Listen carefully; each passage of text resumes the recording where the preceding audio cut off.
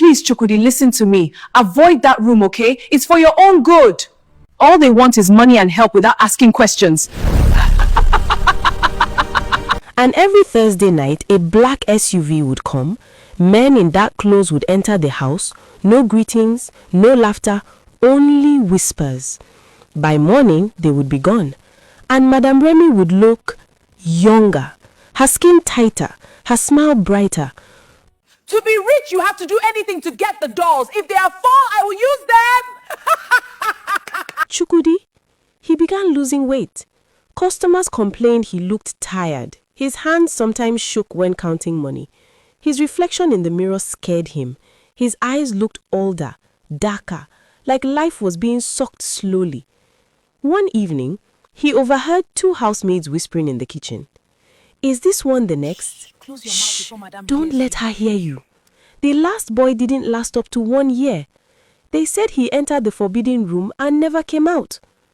Chukwudi's blood ran cold. That night, curiosity defeated fear. At exactly 1:13 a.m., when the house was silent, he followed the smell of incense to the forbidden wing. The door was unlocked. Inside, candles burned red and black. The walls were covered with pictures.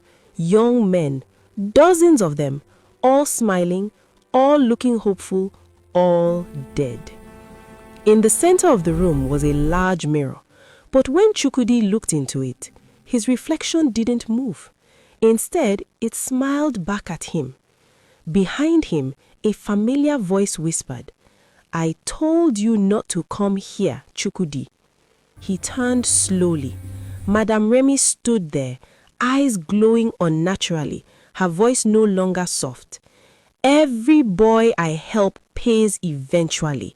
Youth is expensive, and I am very old. The door slammed shut. Candles flared violently, and Chukwudi realized with trembling clarity that the money, the car, the boutique, they were never gifts. They were advance payment, and his time was almost up. Chukwudi tried to run. The moment his foot touched the door, Madame Remy smiled. It was not a happy smile. It was the smile of someone who had already won. You don't live like that, my boy, she said softly. Nobody ever does. She lifted her right hand. The candles in the room went out at once. Darkness rushed in, thick and heavy darkness. Chukwudi felt his body lock in place. His legs refused to move. His mouth opened, but no sound came out. Madame Remy began to chant. The words were slow, deep, unctuous. Pain tore through Chukwudi's body. His bones bent with sickening cracks. His spine curved violently. His arms shortened, twisting inward. His fingers pressed together, shrinking until they were no longer fingers. He felt fur grow out of his skin. His scream broke into a sharp, broken bark.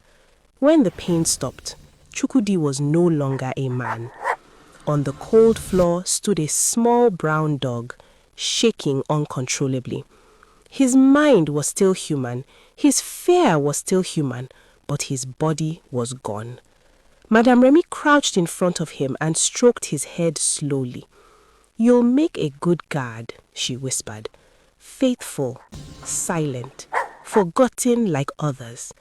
She tied a red rope around his neck and dragged him outside to the back of the mansion. There were other dogs there. One limped constantly, eyes full of tears. Another never slept, always staring at the wall.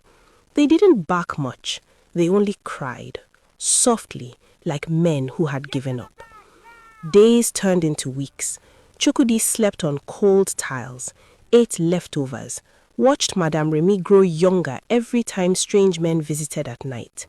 Each ritual made her skin glow while his strength faded. Sometimes, late at night, he would see his own reflection in glass doors. A dog stared back, but behind the eyes was a trapped man begging to be remembered. One morning, something unusual